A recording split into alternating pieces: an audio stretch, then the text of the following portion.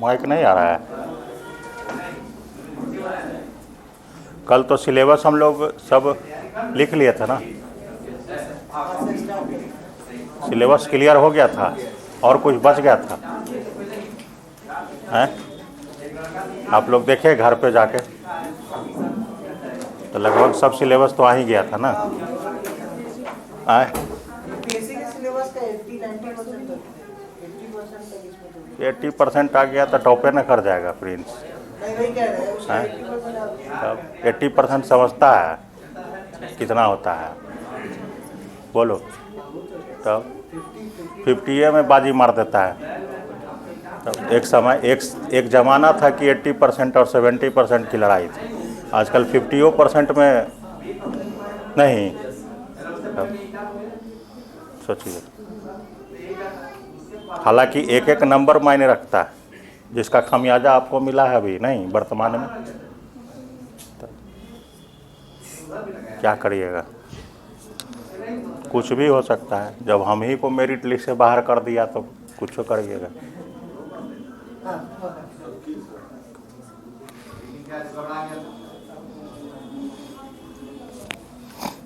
चलिए, हम लोग आज अपना पहला टॉपिक शुरू करेंगे। नहीं, वो टॉपिक है आपका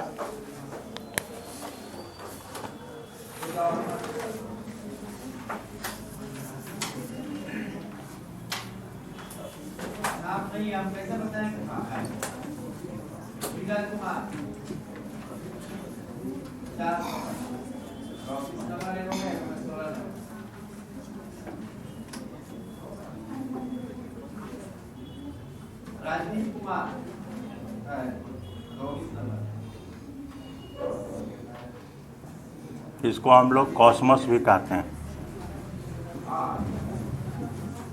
और इसको और क्या कहा जा सकता है?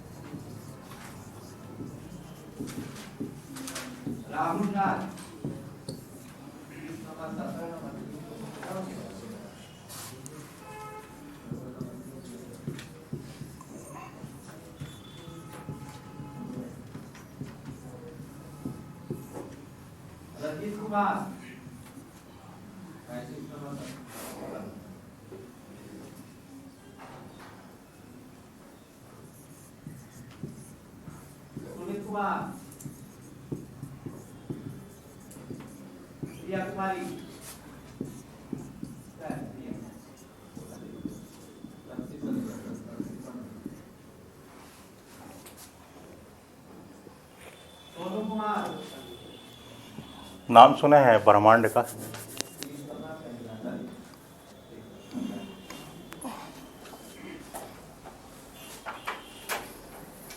क्या है ब्रह्मांड, कुछ आप लोग जानते हैं?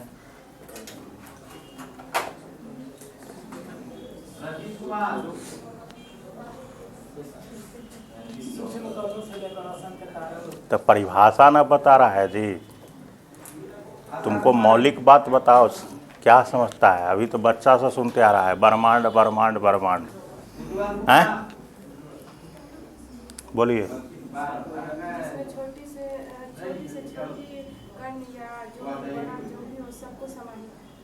वही बात वो बोला था, उसी को आप थोड़ा सा फुहर भाषा में प्रयोग किए हैं, और कोई फुहरता को और दिखाओ।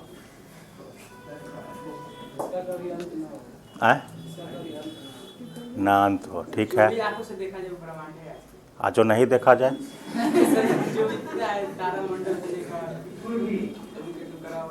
जहाँ तक तुम्हारी नज़र जाती है और जहाँ तक नहीं जाती है, दोनों है, समझा? बोलो, दोनों ब्रह्मांड है ना जी? अरे बच्चा में नहीं, खेल कूद में कहता है बड़ा ब्रह्मांड ब्रह्मांड ब्रह्मांड, बड़ा चर्चा होते रहता है। नहीं, क्या है ब्रह्मांड? लोग बोलता है, जिसे लग रहा होगा बड़ा भारी भरकम शब्द जैसा लग रहा होगा, नहीं, प्रतीत नहीं होता है भारी भरकम शब्द। देखिए, सबसे मेन चीज़ है कि पहले हम लोग जो भी चीज़ें जानेंगे उसकी मौलिकता को ध्यान में रखेंगे, बेसिक बातों को। किताबी बातें तो आएगी ही आएगी, किताब सबके पास होगा, आपके पास भी होगा, इनके पास भी होगा, सब जगह है। लेकिन मेन मौलिकता को समझना है कि आप इसको समझते क्या है। ब्रह्मांड कहेंगे किसको? अपनी भाषा में अगर हम देखें तो आपको बड़ा अजीब सा ये लग रहा होगा ये टॉपिक। नहीं, नाम सुने होंगे लेकिन कभी समझने का प्रयास आप नहीं किए कि आखिर ये है क्या। बहुत सारा शब्द हम लोग सुनते हैं, जैसे एक शब्द पढ़िएगा अंदर में जाएगा तो एक शब्द आता है चट्टान।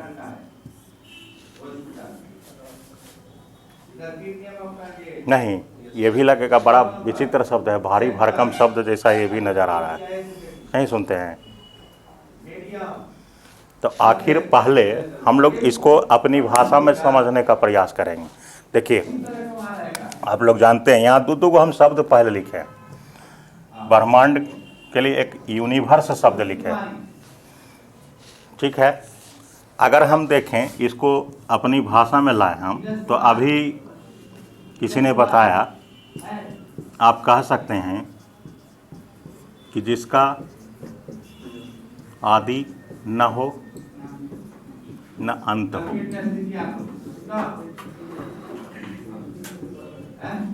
ठीक है, कह सकते हैं।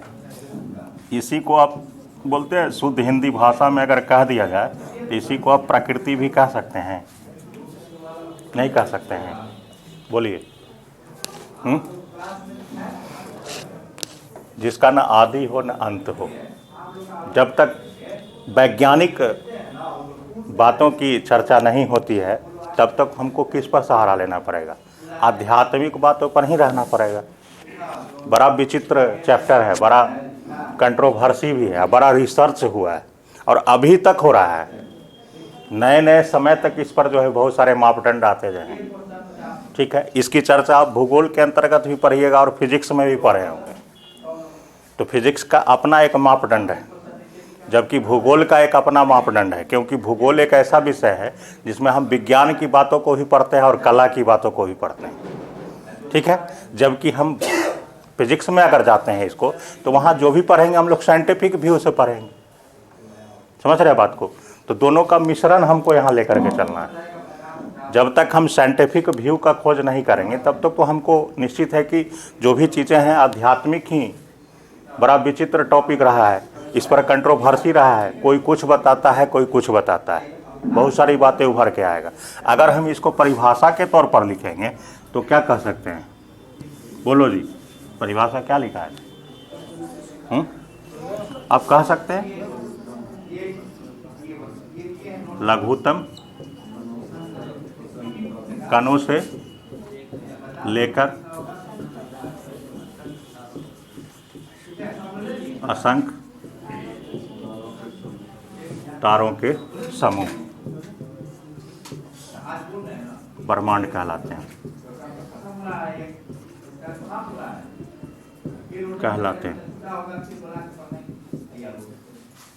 ठीक। या इसी को और अच्छी तरह से लिखेंगे तो अनंत आकाश गंगाओं के सम्मिलित समूह,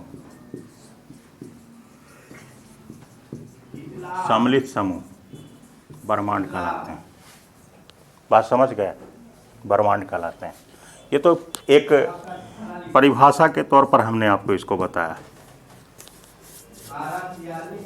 ब्रह्मांड जिसका न आदि हो न अंत हो, जस्ट लाइक प्रकृति। इसी प्रकृति में अगर हम देखें, आध्यात्मिक में थोड़ा सा जुड़ जाएं, तो आपको लगता होगा कि ऐसा कुछ है जिसका कोई आकार ही न हो। ब्रह्मांड का कोई निश्चित आकार कहा जा सकता है? बताइए।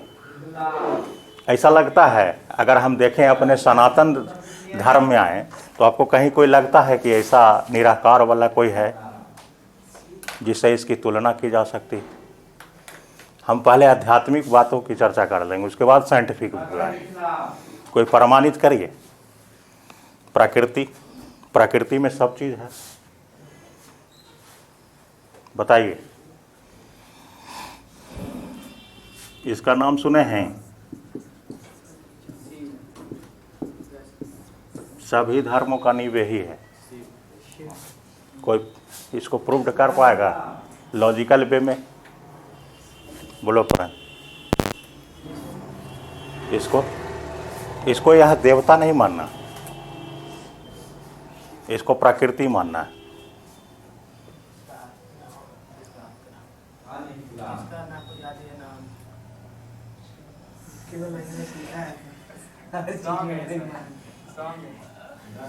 क्या सेम तो हो गया सर, शिव और प्रमाण तो सेम ही हो गया। वही चीज लाना है, वही चीज लाना है, तब न फिर आएंगे हम।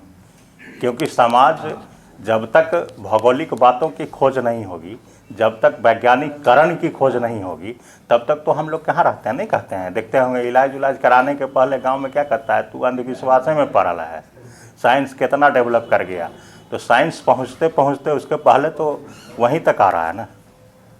थोड़ा सा वहाँ भी जाना है। वैज्ञानिक लोग बहुत सारे चर्चा हुए हैं, इस पर बहुत सारा सिद्धांत पढ़ेंगे हम लोग, सब बातें खुल जाएगी। लेकिन यहाँ इसको भी साबित करना है। यही है प्रकृति। इसी को हम लोग क्या मानते हैं? इसी को हम ब्रह्मांड, जिसका अस्तित्व ये क्या है, जिसका कोई आकार ही नहीं, निराकार है, निराकार है। और सबसे बड़ा चीज क्या है? एनर्जी का अथाह स्रोत। और इसी से क्या है, पूरा का पूरा क्या है, निर्माण है। ब्रह्मांड का अस्तित्व ही तो बढ़ता जा रहा है, जिससे कि आप देखते होंगे कि भिन्न भिन्न ग्रह, उपग्रह, आकाश गंगा, जितने भी पिंड आपको दिखाई पड़ते हैं, ये आखिर किसका भाग है? ब्रह्मांड का ही है ना? ब्रह्मांड का ही है, समझ लीजिए। अब देखिए, इसमें भी अगर हम इसको साबित करें तो आपको पता चल जाएगा कि सबसे पहला अगर कोई अक्षर आता है जीवन में, तो आपको यहाँ भी हम दिखा देंगे। देखिएगा, एक हर्षिकार आता है, एक हर्षिकार इधर से आता है, पढ़ते हैं ना आप लोग। इस हर्षिकार को हम लोग स्त्रीलिंग से बोध करते हैं, जबकि ये पुल्लिंग से बोध होता है। इसको हटा दीजिए, क्या हो गया? कहानी खत्म। बड़का बड़का ज्योतिष शास्त्र वाला भाग गया हमारे पास, जब लॉजिक दिए, समाप्त। स्त्रीलिंग इसमें जोड़ दिए। स्त्रीलिंग का मतलब ये है माँ। स्त्रीलिंग, अगर आत्मा इसमें हम जोड़े तब ये क्या बन गया? संपूर्ण शिव। यानी कहने का अर्थ ये पूरा का पूरा क्या हो गया? सृष्टि। जो भी आप देख रहे हैं ब्रह्मांड में, जो भी चीज़ें आपको दिखाई दे रही है जिसमें जीवन है, सिर्फ आप अपने को मत तोलिएगा। जितना भी ब्रह्मांड में, हमने क्या कहा कि जितने भी छोटे से छोटे जीव से बड़े जीव जिसमें जान है, चाहे वो वनस्पतियाँ ही क्यों ना हो, सबके आधार कौन है? जस्ट लाइक प्रकृति, दैट इज ब्रह्मांड। अगर आध्यात्मिक में हम कहें तो, अगर इस आत्मा को हटा दें, इसको हटा दें, समझ रहे बात को? ये आध्यात्मिक बातें हो गई। यही सभी धर्मों का नींव है। अगर आप देख ले तो ये भी साबित है। इसी को आप अपने अपने धर्मों में, जब धर्म कहेंगे तो धर्मों में आप अपने ढंग से इसको परिभाषित कर दिए। धर्म का अर्थ होता है धारण करने योग्य। समझ गए बात को? धारण करने योग्य। इसलिए दुनिया का सबसे बड़ा शब्द अगर कोई है तो ये पहला शब्द था। इससे बड़ा कोई शब्द नहीं है, चरितार्थ है। समझ गए बात को? माँ शब्द जो है, पहला जो माँ अक्षर है, वही आत्मा है, वही जीवन का मेल आधार है। इसलिए आप देखते होंगे कि जब भी अगर हम देखें सनातन धर्म में, जब भी शिव की पूजा होगी तो बिना शक्ति के अधूरा है, अकेले नहीं हो सकता। होता है? कभी देखे हैं? कोई देखा है? ज्योतिर्लिंग को देखना, दोनों एक दूसरे के क्या हैं? पूरक। एक पूरक रूप को दिखाता है। तो पहले यही आधार था जो अपने अपने ढंग से चल रहा है। जब रोमन सभ्यता की बात कहेंगे तो वहाँ उसकी अभी अपनी आध्यात्मिकता की बातें चल रही है। जब हम वैज्ञानिक विधि पर आएंगे तब बहुत सारे लोगों की चर्चा है। इसी ब्रह्मांड को समझाने के क्रम में भारत में हम लोग पढ़े थे कि भारतीय दर्शन में या भारतीय धर्म ग्रंथ में और व्यक्तित्व में हम लोग आर्यभट्ट जैसे व्यक्ति की चर्चा किए थे ना, जो प्रसिद्ध गणितज्ञ और खगोलविद हैं, जिन्होंने की बहुत सारी बातें कही। कोई कहता है ब्रह्मांड के केंद्र में सूर्य है, कोई कहता है पृथ्वी है, सब अपना अपना तर्क दे रहा है, लेकिन ये असमंजसता की दौर चल रही है। समझ रहे बात को? किसी ने सही प्रामाणिकता नहीं प्रस्तुत की। लंबे दौर से ये बातें उभर के आ रही है, क्योंकि अभी तक हमारे यहाँ वैज्ञानिक और भौगोलिक खोजों की जो परंपराएं हैं वैश्विक जगत में, वो काफ़ी धीमा है। नए नए जितने भी औजार हैं उसकी खोज नहीं हो पाई, जिसके द्वारा हम ब्रह्मांड को समझ सकते हैं, पढ़ सकते हैं। जैसे जैसे समय बदलते गया वैसे वैसे जो है ब्रह्मांड की परिभाषा भी बदलते गया।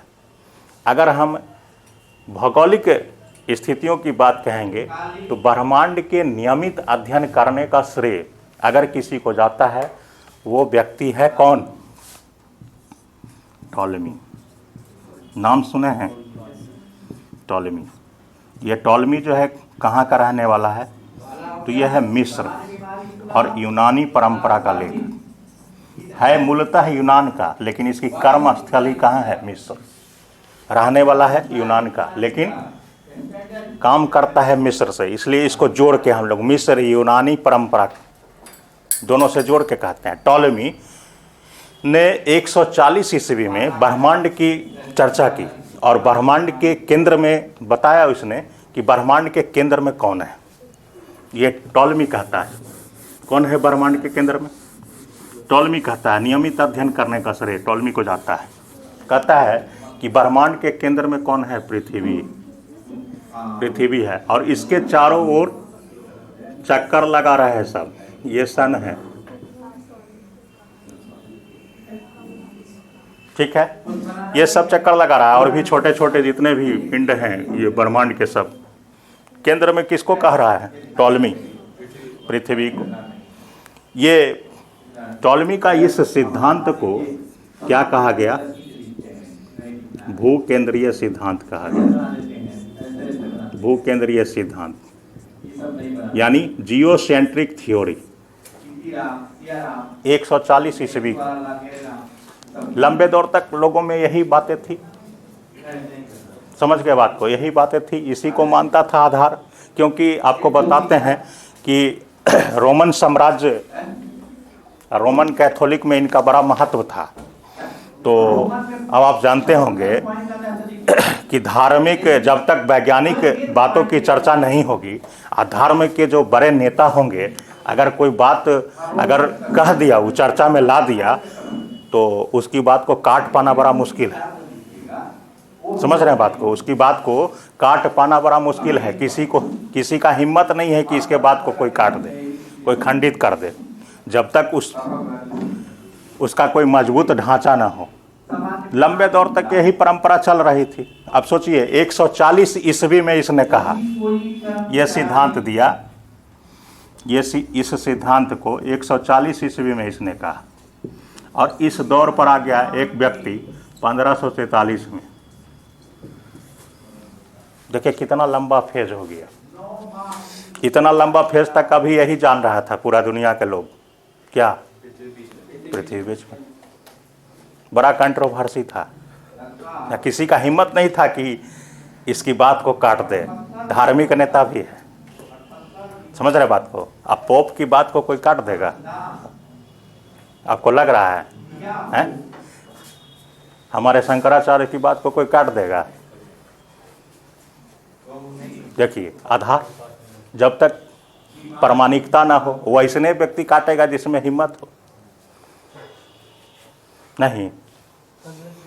अब 1553 में एक व्यक्ति आ गया, ये 1543 में, जिसका नाम है कोपरनिकस। नाम सुना है ना? कहाँ का रहने वाला था? पोलैंड का। पोलैंड का। पोलैंड की राजधानी कहाँ है जी? वारसा। वारसा। कहाँ है पोलैंड?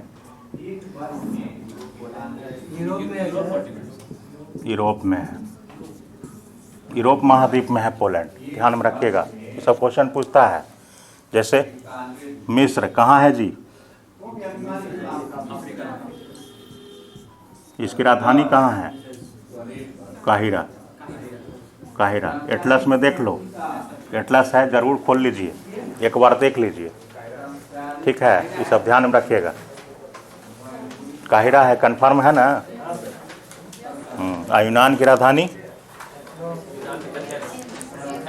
एथेंस। यूनान किस महाद्वीप में है?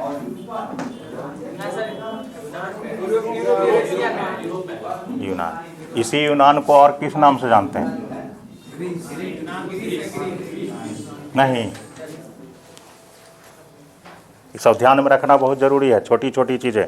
एटलस में एक बार देख लीजिए, जो नहीं देखे हैं देख लीजिए। पोलैंड जर्मनी के समीप है पोलैंड। द्वितीय विश्व युद्ध वगैरह में पोलैंड का बड़ा चर्चा रहा है, नाम सुना है ना? जर्मनी से जस्ट सटा हुआ देश है पोलैंड।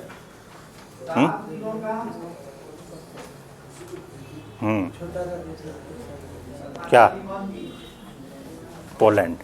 तो कॉपरनिकस आ गया। आप देखिए 1543 में।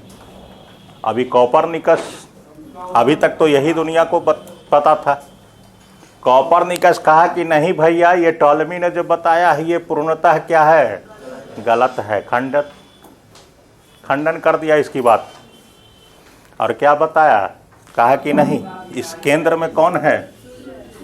इस केंद्र में सूर्य है, और सूर्य का चक्कर लगा रहा है पृथ्वी। कौन कह रहा है? कॉपरनिकस। कॉपरनिकस का जो सिद्धांत हो गया,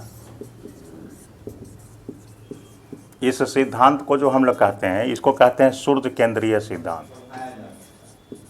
सूर्य केंद्रीय सिद्धांत, सूर्य केंद्रीय सिद्धांत, हेलियोसेंट्रिक थ्योरी। हेलियोसेंट्रिक थ्योरी, सूर्य केंद्रीय सिद्धांत। यानी कॉपरनिकस ने एक अपनी पुस्तक लिखी और उसी पुस्तक में इसकी चर्चा की थी। उस पुस्तक का नाम था लिटिल कमेंट्री, जिसको कहते हैं एक छोटी सी आलोचना।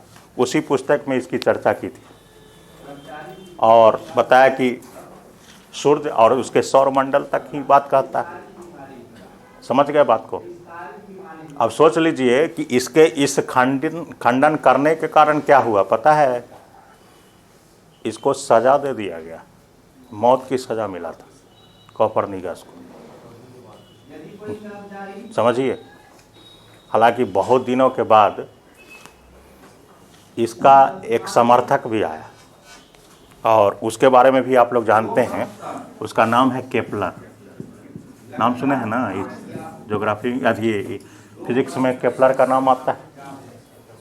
ग्रहों के गति के नियम के बारे में बताता है। केपलर कहाँ के रहने वाले हैं? बगले इसका घर है, जर्मनी और पोलैंड, जर्मनी का रहने वाला। केपलर कहता है कि कॉपरनिकस जो बात दिया, कॉपरनिकस ने जो बातें बताई है आपको, वो 100% सही है, लेकिन यह कहना उचित नहीं है कि ब्रह्मांड जो है सिर्फ और सिर्फ सूर्य तक ही सीमित है। उसने उसकी बातें मानी, लेकिन यह कहना पूर्णतः सत्य नहीं होगा कि ब्रह्मांड का जो अस्तित्व है वो सिर्फ और सिर्फ सूर्य तक है। समझ रहे हैं बात को? ये कौन कह रहा है? केपलर। इसकी बात तो, क्योंकि अभी तक वैज्ञानिक खोज वगैरह कहाँ कुछ हुआ। अब देखिए, जैसे ही एक समय आया, एक पीरियड आया, और वो पीरियड है 1609। समझ रहे हैं बात को? बड़ा क्रांतिकारी बदलाव होता है पूरे दुनिया में। और ये क्रांतिकारी परिवर्तन क्या है? भौगोलिक जगत ही नहीं बल्कि साइंस के क्षेत्र में भी, विज्ञान एवं प्रौद्योगिकी के क्षेत्र में ही बड़ा बदलाव आया। क्योंकि अभी तक जो भी बातें हम लोग कर रहे थे वो तर्क वगैरह के आधार पर कर रहे थे, वैज्ञानिक प्रामाणिकता के आधार पर बहुत कम ही बातें हम लोग कर रहे थे, क्योंकि वैज्ञानिक उपकरणों के हम आविष्कार नहीं कर पाए थे। ये क्रांतिकारी बदलाव आया इस समय जब दूरबीन का आविष्कार हो गया। नाम सुने हैं? 1609 में दूर की वस्तु को अब आसानी से हम लोग देखने में सक्षम हो रहे थे। वैज्ञानिक जगत में एक क्रांतिकारी बदलाव आया गैलीलियो के इस कारण आविष्कार के कारण। गैलीलियो कहाँ के रहने वाले थे? इटली के रहने वाले थे। फिजिक्स में जड़त्व के नियम से जुड़े हुए हैं, जानते होंगे आप लोग। इटली में एक जगह है जहाँ पीसा की झुकी हुई मीनार, उसी जगह के रहने वाले हैं गैलीलियो। क्रांतिकारी बदलाव हुआ, दूरबीन की सहायता से भौगोलिक खोज होना शुरू हुआ, नए नए स्थलों की खोज होना शुरू हो गया। ठीक है, समुद्र में भी देखा जाने लगा, है ना। समुद्री मार्ग में गतिविधि में क्या हो गया, क्रांतिकारी बदलाव आता है। साइंस के क्षेत्र में भी बदलाव आता है। अब इस गैलीलियो के बनाए गए दूरबीन की सहायता से देखने वाला विद्वान लोग आया, और वो सबसे पहला एक विद्वान है जिसका नाम है विलियम हर्शेल। विलियम हर्शेल, ये ब्रिटेन का है। 1805 में दूरबीन की सहायता से देखा ब्रह्मांड को, ठीक। और इसने कहा कि केपलर ने जो कहा था ये 100% सही है। ब्रह्मांड के केंद्र में सूर्य प्रतीत होता है, लेकिन कोपरनिकस ने कह दिया था कि सौरमंडल तक ही है, ये नहीं है। हमारे ब्रह्मांड में तो सूर्य से बड़े बड़े कितने सूर्य हैं जिसकी कल्पना नहीं किया जा सकता। अब देखिए नया नया रिसर्च निकला। ये कौन कह रहा है? दूरबीन की सहायता से देखा इसने, हर्शेल। अभी तक वैज्ञानिक उपकरण की चर्चा नहीं हमने किया, या वैज्ञानिक उपकरणों की चर्चा हुई। फिर क्रांतिकारी बदलाव आया। अभी तक एक विद्वान आता है, अमेरिका का है, 1925 में। इसका नाम है एडविन पी हब्बल महोदय। एडविन पी हब्बल, ये भी देखा। और इसकी नज़र जहाँ तक कह रहा है कि हमारी नज़र जहाँ दूरबीन तक गई, इसने तो ब्रह्मांड के व्यास की चर्चा कर दी, रेडियस निकाल दिया, ठीक है। और इसने कहा कि ब्रह्मांड का व्यास जो है 10⁻8 प्रकाश वर्ष। नाम सुने हैं? ये व्यास निकाल दिया। कौन? एडविन पी हब्बल महोदय। मतलब अभी तक आपको लग रहा हो कि निश्चितता आपको लग रहा है कि ब्रह्मांड के बारे में कोई अच्छा मत दे रहा हो, उधेरबुन वाला स्थिति चल रहा है अभी तक, लग रहा होगा, है ना। कोई कुछ कह रहा है, कोई कुछ कह रहा है, बड़ा ये असमंजस जगत चल रहा था। तब तक हम लोग 20वीं सदी में पहुंच गए हैं। देखिए 1925 आ गया, यानी 20वीं सदी में तो आएंगे ना। ये बदलाव चलते रहा। अब यही दौर था। आप सोच लीजिए कि इस दौर से कैसे उभरा होगा। अगर हम जस्ट लाइक अगर देखें, उसके बाद हम देखेंगे तो ब्रह्मांड से संबंधित बहुत सारे सिद्धांत हैं, जिसमें सबसे अच्छा सिद्धांत हम लोग चर्चा करेंगे। उस सिद्धांत का नाम है महाविस्फोट सिद्धांत, ठीक है। महाविस्फोट सिद्धांत पहले समझ लीजिए सारी बातों को, उसके बाद लिख देंगे, ठीक है। अब आ गया सिद्धांत, आ गया ब्रह्मांड से जुड़ा हुआ। पहला सिद्धांत आ जाता है महाविस्फोट। महाविस्फोट, जिसको आप बिग बैंग थ्योरी कहते हैं। बिग बैंग थ्योरी, जिसको किसने दिया था? बोलिए, जॉर्ज लेमेंटेयर, ठीक है। ये रहने वाला कहाँ का था? बोलो, बेल्जियम का। कहाँ है बेल्जियम की राजधानी? ब्रुसेल्स। कौन महाद्वीप में है? यूरोप। बताइए बेल्जियम में किसका मुख्यालय है? देखिए कहीं से रटना मत, हम रटने पर बड़ा, जो भी चीज जहां मिले उसको तुरंत नोट डाउन वहीं करो। जब भी पढ़ो मिल जाए तो लगे कि हाँ कुछ छूट रहा है, जैसा भी स्थिति रखो। समझ रहे बात को? नाटो का। और जल्दी बोलिए। अभी चर्चा में है, एगो देश उसकी सदस्यता से अलग हो गया है, अपने आप को हटा लिया है, और पूरा यूरोपियन यूनियन, यूरोपीय संघ का, यूरोपीय संघ का मुख्यालय है। दो चीज़ यहाँ से देखिए, तो ट्रेडिशनल जी के भी आप क्यों पढ़ेंगे, रटने की आवश्यकता है? तुरंत देख लीजिए, जैसे ही नाटो का मुख्यालय है तो नाटो में जितने देश हैं सबको एटलस में एक बार सूचित कर लीजिए, और जहाँ जहाँ देश होगा सबके जगह पर लिख दीजिए नाटो का है सदस्य। एक बार देख लीजिएगा, परीक्षा में आएगा, बीपीएससी कहेगा इनमें कौन शामिल नहीं है नाटो में, ले अब लूसेंट रहते रह जाइएगा। वही पूछता है ना, और निगेटिव वाला प्रश्न बहुत ज़्यादा पूछता है भाई। नहीं, आजकल तो 5 गो ऑप्शन रख दिया है, और बड़ा खतरा है। ठीक है, कह देगा कि इनमें से कोई नहीं है, इनमें से सभी वाला बात है। इसीलिए मतलब क्या कह रहा है, बीपीएससी कह रहा है कि अभी तक रट्टा उट्टा मार के तुम पीटी पास कर रहा था, वो जमाना अब गया। अब है कि तुमको पढ़ना ही होगा, नौकरी लेना है तो पढ़ना ही होगा, बिना पढ़े हुए नहीं पास कर सकता है। 2 गो ऑप्शन काटेगा, लेकिन तीसरा में तो हम ऐसा फंसाएंगे कि तुमको सोचना पड़ जाएगा। अब न्यायालय की शरण भी नहीं ले सकता है, क्योंकि बड़ा सेट रखा है, क्योंकि विवाद होता था हमेशा, देखते थे ना। इसलिए पढ़ना ही होगा, और पढ़ना कैसा होगा, विद्वान वाला पढ़ाई नहीं करना होगा, ठीक है, स्मार्ट वाला। हाँ ठीक है, तो यही रिसर्च करके पढ़िए कहीं भी। जैसे ही यूरोपीय संघ आया तो उसका मुख्यालय भी तुरंत यहीं पर, हम लोग बेल्जियम आ रहा है चर्चा में, तुरंत बेल्जियम को एक बार देख लेंगे अपने फिगर पर, एक बार में आपको याद हो जाएगा। बेल्जियम से जुड़ा हुआ जो जो पॉइंट हो जाएगा उस सारा आपके माइंड में आ जाएगा। ठीक है, ध्यान में रख लीजिए, बहुत सारा बदलाव है। वाटरलू का युद्ध होता है इसी बेल्जियम के क्षेत्र में है, वाटरलू क्षेत्र है, जहां आप पढ़ते होंगे कि वाटरलू का नेपोलियन के साथ लड़ाई होता है, सुनते हैं ना इतिहास में। कभी कभी ऐतिहासिक स्थल के बारे में पूछ देगा कि कहाँ है, नहीं हम लोग पढ़ते हैं, बहुत सारे इतिहास में भी ऐसा सवाल आ जाता है, कोई कोई स्थाने पूछ दिया कि आखिर है कहाँ, पूछ देता है। तो ऐसे ऐसे प्रश्न को भी ध्यान में रखना होगा। बेल्जियम यूरोप तो बता दिए, ब्रुसेल्स इसकी राजधानी है। जस्ट आप देखिए ना, उसी यूरोप में है, जर्मनी वगैरह के जस्ट सटा हुआ है बेल्जियम, नीदरलैंड, सारा का सारा तो है बेल्जियम, है जी। अब नहीं मिला, लग्जमबर्ग, बेल्जियम वहीं पर तो है। लग रहा है कि वहाँ देखिए ऊपर में उत्तरी सागर लिखा हुआ होगा, है ना। तब